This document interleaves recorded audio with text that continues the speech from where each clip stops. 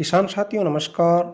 अगर आप गेहूं, जौ या सरसों के स्थान पर बहुत ही कम मेहनत वाली व बहुत ही कम पानी में पककर तैयार हो जाने वाली फसल बोना चाहते हैं तो आप इसबगोल की खेती कर सकते हैं।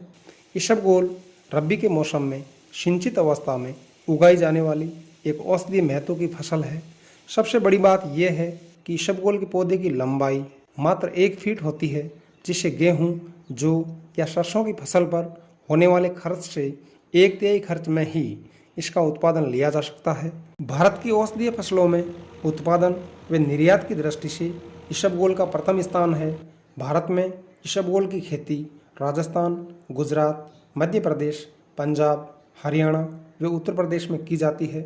ये बलुई दोमट व रेतीली मिट्टी की फसल है, अतः इसे बहुत ज़्यादा खाद व उर्वरकों की आवश्यकता नहीं होती है।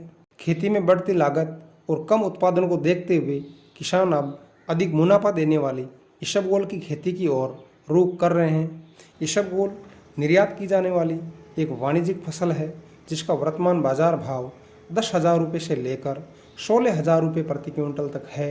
आइए इसबगोल की खेती के कुछ प्रमुख बिंदुओं पर चर्चा करते हैं। इसबगोल के अंकुरण के लिए आदर्श तापमान 20 से 25 डिग्री सेल्सियस होना चाहिए, अतः अक्टूबर के अंतिम सप्ताह से नवंबर के पहले सप्ताह तक का समय इसबगोल की बुआई के लिए सबसे अच्छा समय है। खरीफ की फसलें पकने के बाद खाली हुए खेत में आवश्यकता अनुसार 1 या 2 गहरी जुताई करके खेत को तैयार किया जाना चाहिए। अगर मिट्टी में दीमक की समस्या हो तो प्रति एकड़ 5 किलोग्राम फोरेट या दीमक रोधी दवाओं का उपयोग किया जाना चाहिए। अच्छे उत्पादन के लिए अंतिम जुताई के समय गोबर की सड़ी हुई खाद 2 से 3 ट्रॉली व 25 किलोग्राम DAP या NPK उर्वरक प्रति एकड़ खेत में मिलाया जाना चाहिए।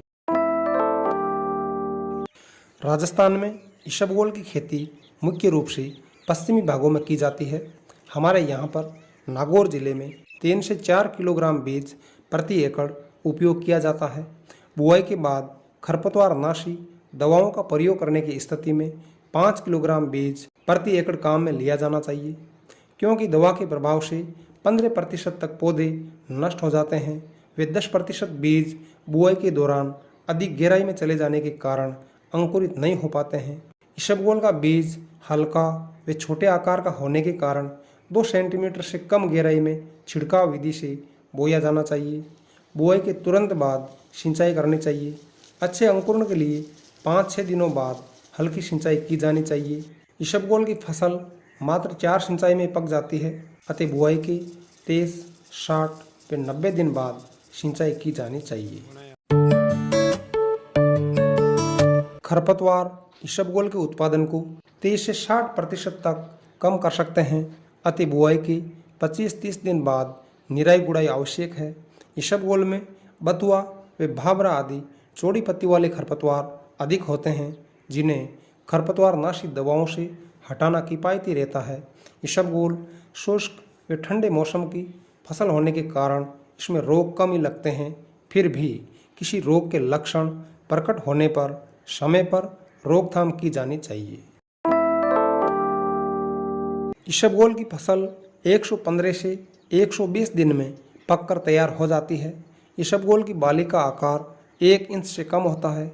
नवंबर के प्रथम सप्ताह में बोई गई फसल फरवरी के अंतिम सप्ताह में पूर्ण रूप से पककर तैयार हो जाती है। इसे उखाड़ना या काटना एकदम आसान कार्य है। अच्छे बीज, समय पर बुआई तथा खाद व उर्वरक के संतुलित उपयोग से प्रति एकड़ 5 क्विंटल तक इसबगोल का उत्पादन लिया जा सकता है। इस प्रकार 10,000 रुपये प्रति क्विंटल औसत भाव रहने पर 50,000 रुपये प्रति एकड़ तक उपज प्राप्त की जा सकती है। 10,000 रुपये प्रति एकड़ खर्च निकालने पर 40,000 रुपये प्रति एकड़ शुद्ध लाभ प्राप्त किया जा सकता है। अगर आपको मेरे द्वारा दी गई जानकारी उपयोगी लगे तो इसी प्रकार के प्रामाणिक तथ्यों से युक्त वीडियो प्राप्त करने के लिए ग्रीन राजस्थान यूट्यूब चैनल को सब्सक्राइब अवश्य करें। वीडियो देखने के लिए आपका शुक्रिया, बहुत बहुत धन्यवाद।